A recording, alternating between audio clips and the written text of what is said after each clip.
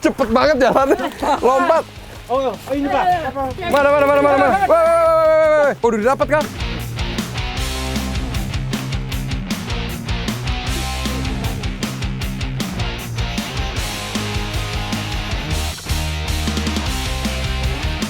Anyir gurih.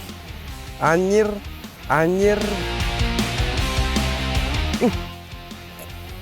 Ngomong-ngomong kepalanya nggak apa-apa nih dimakan.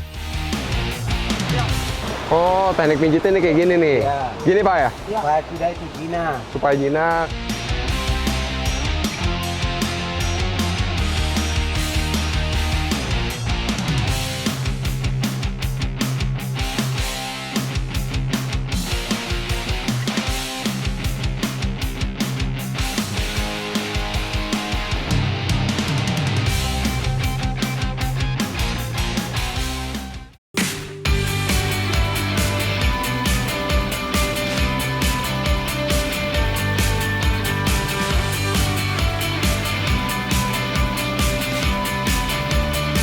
Oke, ya. Oke, sekarang kita lagi mau nyari siput di bawah. Nah, kayak beginilah. Rutenya kayak gini nih. Laut mana nih, Dovan? Coba. Duluan. Buka jalan. Laut bawah sini.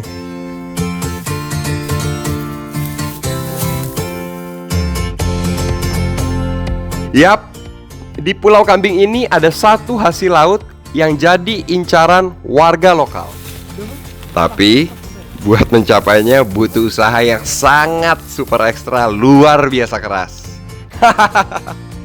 Nggak percaya? Tuh, lihat sendiri. Perjalanan luar biasa. Ini pijakannya lumayan. Lihat, di bawah tuh langsung ke laut. Tidak dimakan.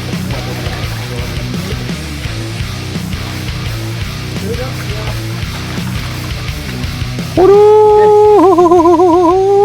perjalanan masih jauh. Ini kita masih belok lagi ke situ ya. Tapi ya harus minggir-minggir gitulah dari karang. Oke, laut mana lagi kita? Let's go. Pijakannya Kak. Woi.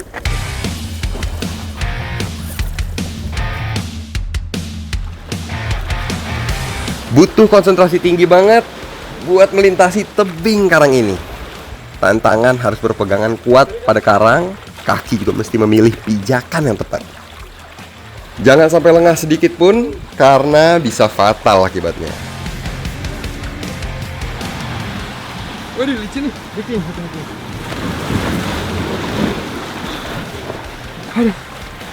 Aduh. Payah nih. Akamsi aja jatuh. Apalagi di sini, Pak. Oke. Udah mulai ada yang jatuh nih. Bukan kaleng-kaleng. Berarti licin.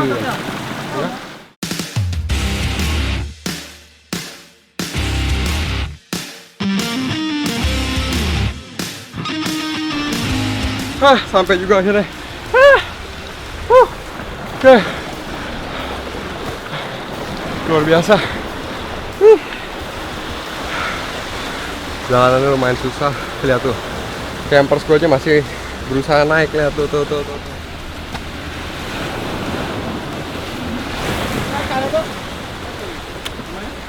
Ikuti jejak saya. Jejak petualang!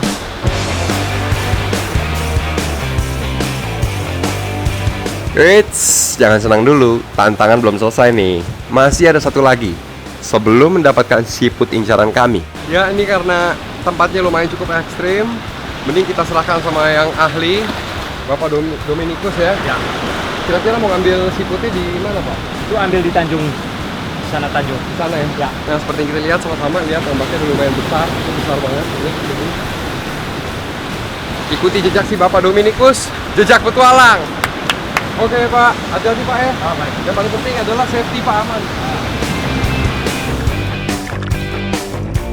Tuh, lihat. Pergerakan Pak Dominikus lincah banget. Nggak ada takut-takutnya.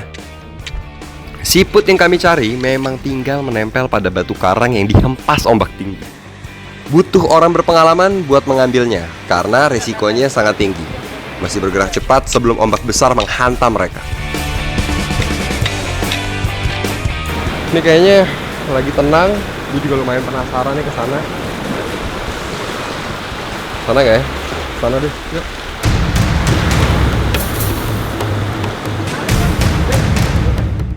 Nah, ini dia nih.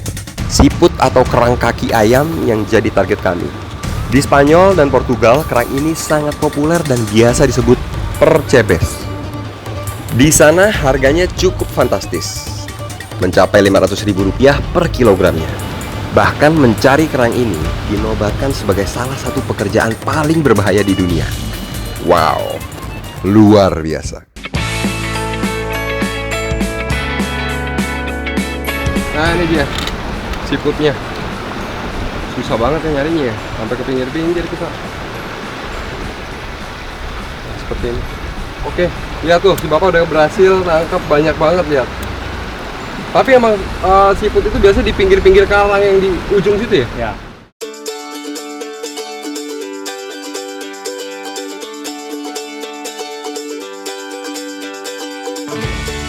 Weh, ini sarapan kita. Habis ambil siput, sekarang kita sarapan sambil menikmati pemandangan alam di ujung tebing Pulau Kambing. Nah, sebelum kita mau eksplor lebih Flores Timur, kita cobain dulu nih siput karang ini. Ikuti jejak saya, jejak petualang.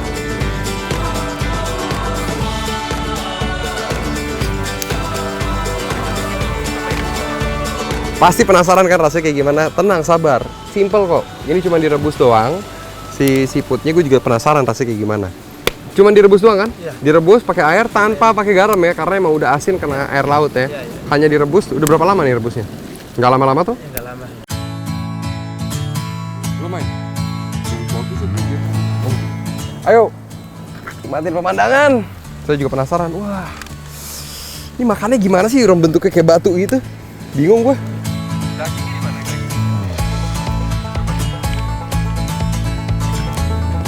Yang ini kah? Ya, sama di bawahnya. Banyak ya dagingnya? Ya. Rasanya kayak mirip-mirip kayak ini. Kayak apa? Kepiting. Ya. Ya? Nah, ini boleh nggak dimakan nih? Lagi ini. Ah, boleh. Ya. Oh, bisa disobek lagi. Banyak nih ya? Banyak. Kalau yang ininya pas di kan bentuknya tadi ada yang capitnya ya. Capitnya sama badannya. Kalau yang badannya ini rasanya kayak cumi-cumi. Kalian bisa ngeliat nih di rumah. Ini yang tadi gue bilang, yang rasanya teksturnya kayak cumi-cumi. Nah, yang di ujung ini gue bilang kayak kepiting, lebih halus. Oh, pantes nelayan di sini rela bersusah payah mencari kerang ini karena rasanya beneran enak. Ikuti jejak saya, jejak petualang.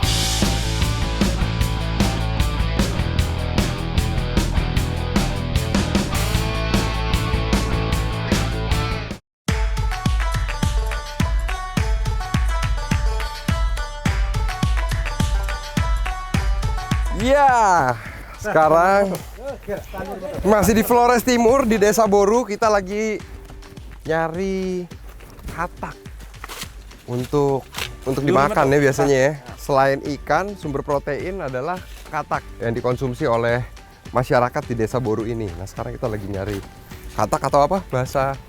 Lurimeto. Lurimeto. Nah, ini gimana nih caranya nih? Gue belum pernah soalnya berburu katak.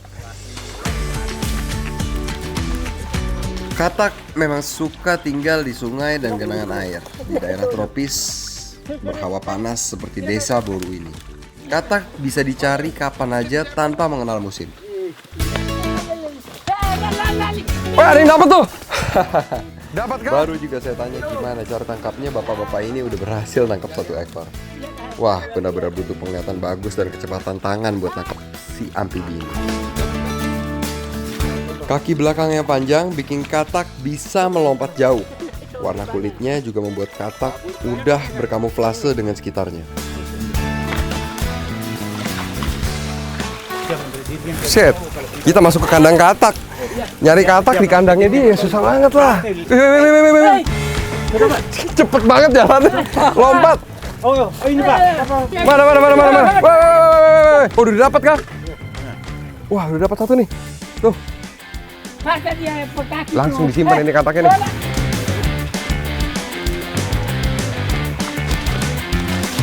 Penasaran gue ngumpetnya di mana? Dia kan amfibi, Pak. Di darat juga bisa hidup.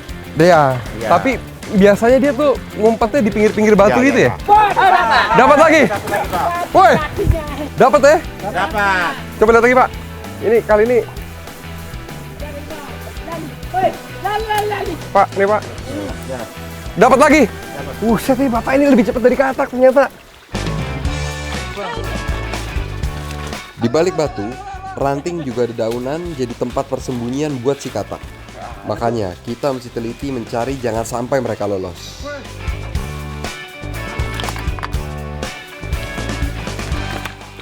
Dapat. Widih. Kali ini sih dapat kodok yang kecil nih bener-bener. Aduh, ini skill nih namanya nih. Ini skill. Kalau kodok gede kan gampang ya ditangkapnya ya. Kali ini dapat kodok kecil sih, Bapak ini berhasil nangkep. Coba Pak kasih lihat dulu Pak, biar teman-teman di rumah juga bisa ngeliat. Ini lincah banget ini. Tuh. Wah, Bapak selamat. Bapak mendapatkan predikat ada pemburu katak nomor 1 di Flores Timur. Asik. Seru kan? Ikuti jejak saya, jejak petualang.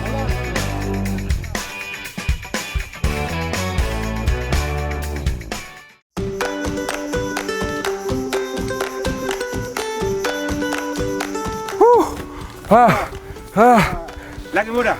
Mantap. Udah dong. Nah, lagi muda. Bener gak? Dia ada tiau. Tenang, biar saya yang terjemahin. Kata bapak-bapak ini, kita akan berburu ulat bambu. Ikuti jejak saya, jejak petualang. Biasanya ulat-ulat bambu itu adanya di mana hidupnya? Itu biasanya ada di dalam ruas bambu. Iya, bambu yang masih hidup atau bambu yang udah mati seperti yang di bawah? Ya, yang masih hidup. Karena Oh, dia masih baru hidup. tumbuh di musim penghujan ini, Pak. Oh. Coba Pak, lihat Pak, saya Pak. Yang putih. Oh, ini mati tuh, masih hidup nih. Batang bambu jadi rumah yang nyaman sekaligus sumber makanan buat si ulat kecil ini. Hanya 2 bulan mereka menjadi ulat dewasa. Setelah itu ulat bambu akan bermetamorfosis menjadi ngengat. Bambu. Masukin ke bambu, dipanggang itu rasanya gimana? Gurih tuh Pak. Tuh banyak tuh. Weh. Udah Pak, ambil aja Pak udah. Sikat miring. Banyak banget nih. Banyak ini. Lihat nih. Woi. Aduh. Nih, Coba Pak bisa makan? Hah? Tes. bisa kah? Bisa. Ah, serius? Iya. Coba makan mentah. Masa sih Pak? Serius nih Pak? Iya, serius. Nggak apa-apa nih? Enak. Iya juga sih, nggak ada rasa apa-apaan. Cemilan. Oke. Tapi anyir gurih. Anyir gurih apa lagi ya? Ngomong-ngomong kepalanya nggak apa-apa nih dimakan.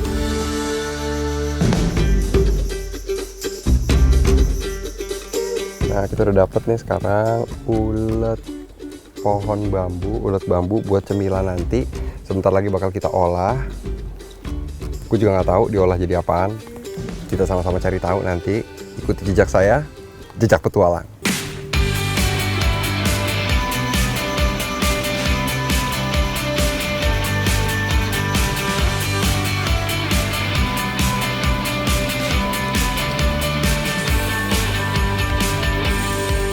Kosemeto atau katak bakar bambu jadi menu pertama kami.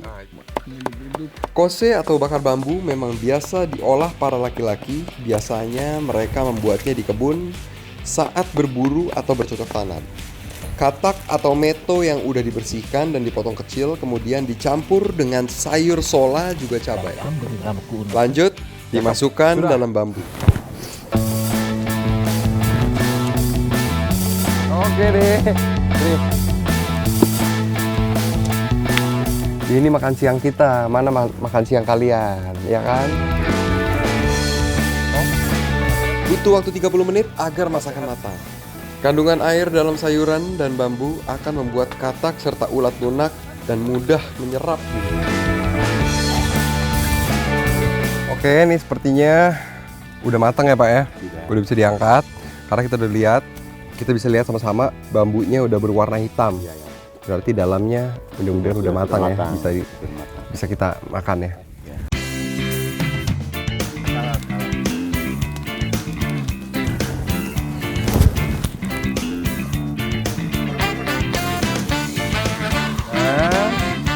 Sayur apa ini?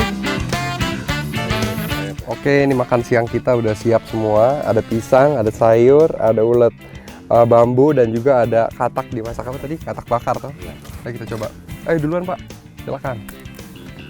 Saya coba juga ya, saya juga penasaran nih sama katak. Enak. Mantap nih.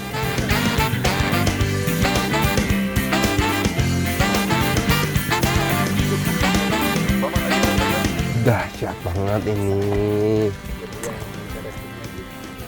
Pokoknya terbayar lah. Tadi kita udah susah-susah nangkapnya.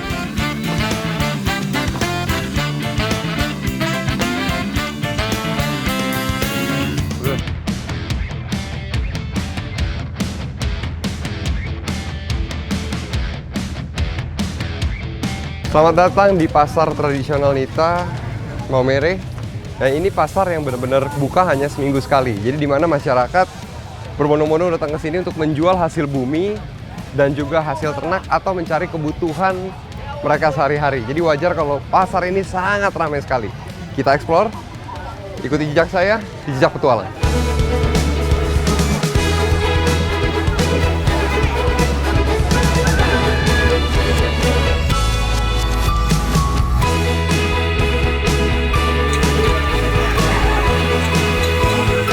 Di daerah Sika terdapat beberapa lokasi pasar tradisional yang memiliki hari pasar berbeda. Di pasar tradisional Nita ini, hari pasar dilakukan setiap hari Kamis.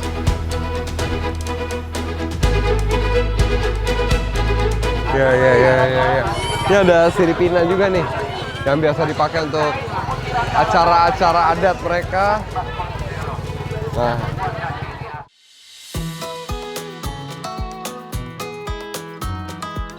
Pagi. Halo. Mantap.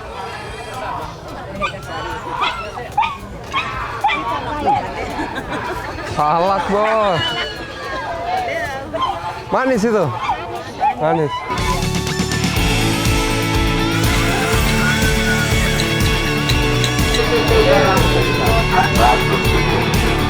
Ini 6,5.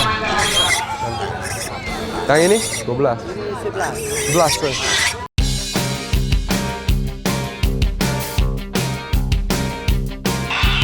Oh, mau dipelihara? Oh, makanya cari yang dari kecil ya? Iya, dari kecil biar kita apa loh, piaranya dia.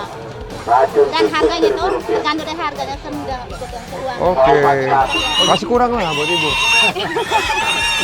Kita beli 600. Buat penglaris pagi-pagi ya. Nah, ada tips nih dari saya. Jika berbelanja ke pasar tradisional, harus sabar dan jangan menyerah ketika terjadi tawar-menawar. Jika beruntung, biasanya harga yang diinginkan pun bisa kita dapat loh. Tapi jangan terlalu kejam juga nawarnya. Kasihan yang jualan. Apa nih? Betina apa jantan nih? Wah, ini gede banget. Berapa? 7,5 juta ini. Gede juga nih. Saking besar ini babi, mirip banget sama kudanil ya. Kebayang kalau dimasak, jadi sebanyak apa coba?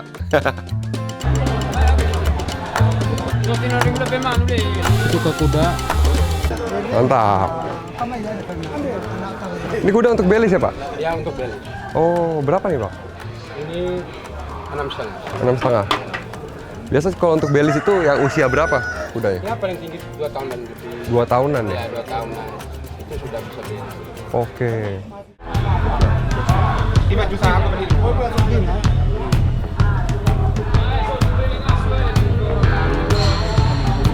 Mantap, ini lagi transaksi nih, udah ada salah satu kuda yang laku, yang 6,5 juta ya? Yang laku yang 6,5 juta. Kebetulan Bapak ini mau beli untuk acara Belis. Untuk Belis. Kapan acaranya, Pak? Minggu depan. Acaranya minggu depan, jadi udah dipersiapkan dari jauh-jauh hari sebelumnya.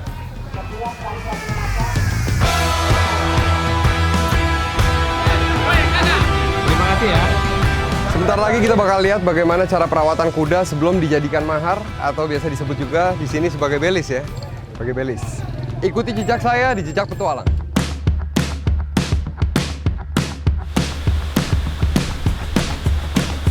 Jadi sekarang Bapak John dan Bapak Julius mau menunjukkan cara merawat kuda sebelum dijadikan mahar atau biasa disebut di sini sebagai belis. Ya Pak ya? Iya. Oke, ikuti terus jejak saya, Jejak Petualang.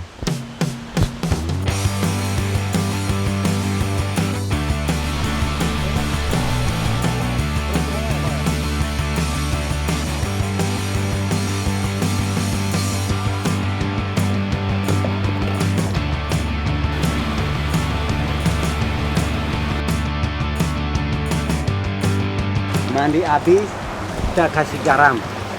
Kasih garam habis baru dipijit. Oke. Nah, kita sudah pijit, kita ambil makan, kasih dia makan.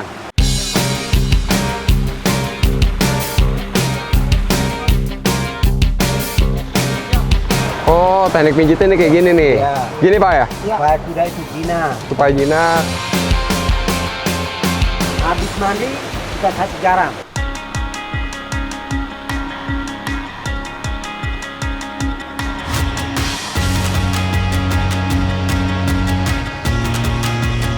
Jadi kenapa dikasih garam pakai tangan? Kenapa dikasih garam itu supaya kudanya nanti nafsu makan Nafsu makan, dan bisa dikawinin. ya. Bisa dikawinin. Dan kenapa Bapak kasih makan pakai tangan? Itu supaya dia bisa tahu pemiliknya. dia tahu pemiliknya yang mana, supaya dia jinak sama Bapak. Ya. Dia dipanggil dari jarak radius 50 Biar meter, ya, 1 kilometer juga. dia lari. Tinggal kasih tangan gini dari jauh, dia dilihat, dia udah tahu siapa pemiliknya gitu ya. Pas dia tahu dia datang. Iya, iya.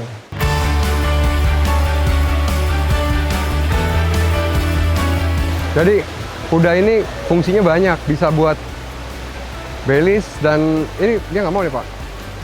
Kalau dari tangan saya nggak mau dia kayaknya. Rumput kecuali yang dia biasa makan tiap hari Pak.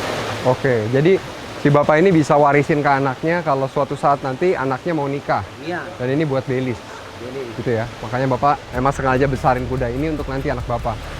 Oke, lalu yang mantap. kedua kita kalau kebun jauh dengan kampung ini bisa pakai kuda.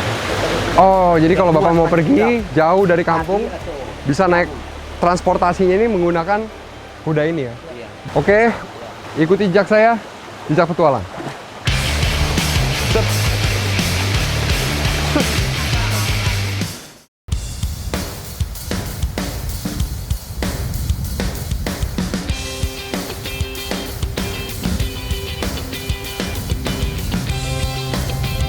Sekarang saya sudah ada di Pulau Kojadoi bersama masyarakat dari Pulau Kojadoi. Jadi mereka ini menggunakan sampan atau biasa disebut koli-koli untuk aktivitas mereka. Nah sekarang kita lihat, gue bakal seru-seruan bareng masyarakat di sini. Ikuti terus jejak saya di Jejak Petualang. Peraturan pada perlombaan balap sampan ini tidak sulit. Kita hanya adu kecepatan hingga tiba di garis finish dan satu lagi, tidak boleh terjatuh tentunya. Kedua, Detalo!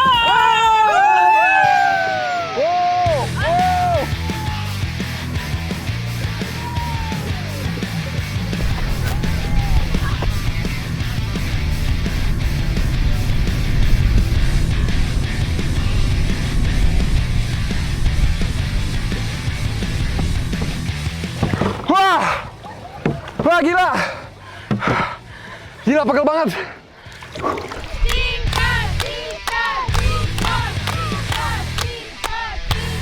Walaupun jarak dari titik awal perlombaan menuju garis finish tidak terlalu jauh, hanya sekitar 500 meter, namun untuk saya yang tidak terbiasa menggunakan sampan, sungguh butuh perjuangan ekstra.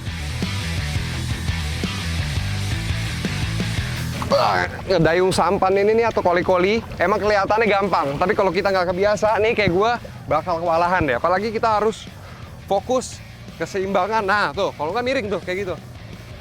Nah, harus ke kanan lagi, ke kiri lagi. Kadang-kadang sampannya belok. Nah itu kita harus ngarahin sendiri. Lumayan buat olahraga.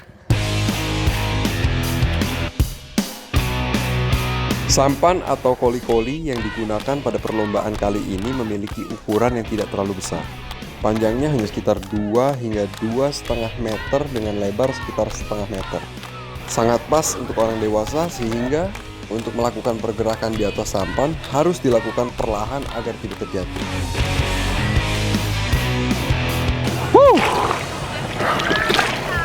Ternyata finishnya di situ, bukan di sini. Dikit lagi. Wah, teriakan Rio dari warga Kojadowi membuat saya tambah bersemangat nih. Ayo, dayung lagi.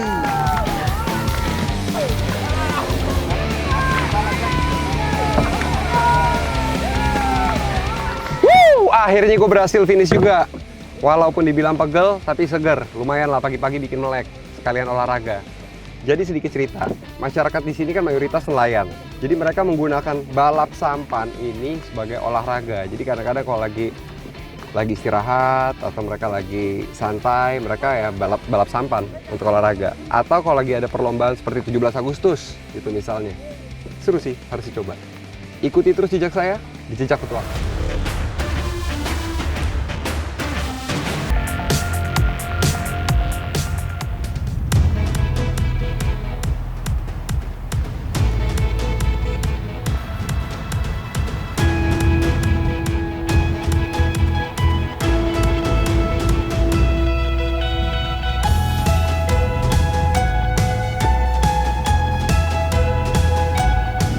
Bentar lagi kita sampai situ tuh, Pulau Pangabatang. Yang kata orang kalau lagi surut, hamparan pasirnya luas, jadi kita bisa ngelakuin aktivitas apa aja.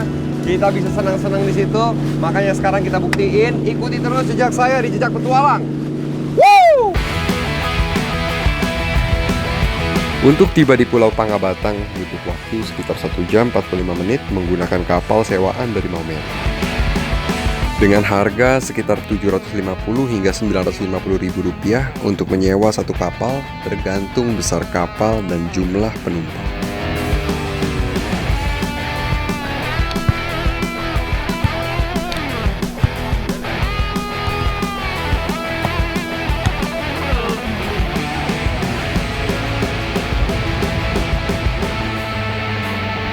Woi! Halo! Norau lebe!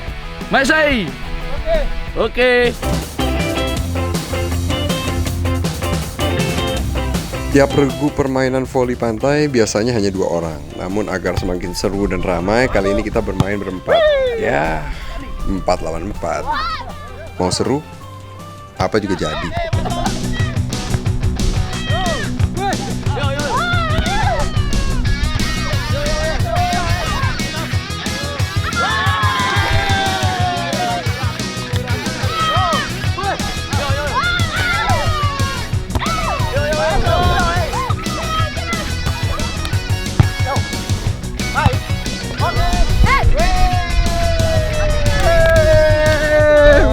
Seru banget kan? Pokoknya orang di sini, masyarakat di sini tuh welcome banget. Kalau ada tamu luar datang main, kita seru-seruan bareng di sini. Ini pulau sebenarnya kosong, emang gak ada penghuninya. Jadi kalau emang lagi surut, pasir ini biasa digunain masyarakat ini untuk aktivitas seru-seruan lah, kayak main bola, voli pantai dan lain-lain. Ikuti terus jejak saya, Jejak Petualang. Go!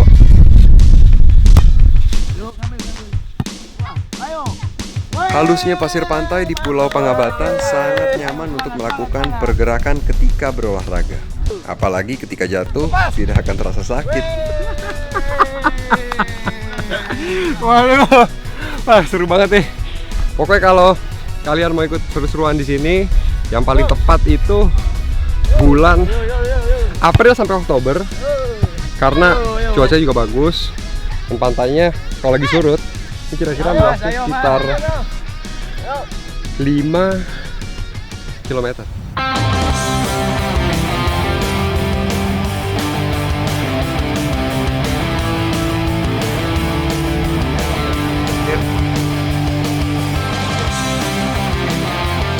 Nah, pantai putih, bersih, dan halus ini keren juga nih kalau ditulis sesuatu.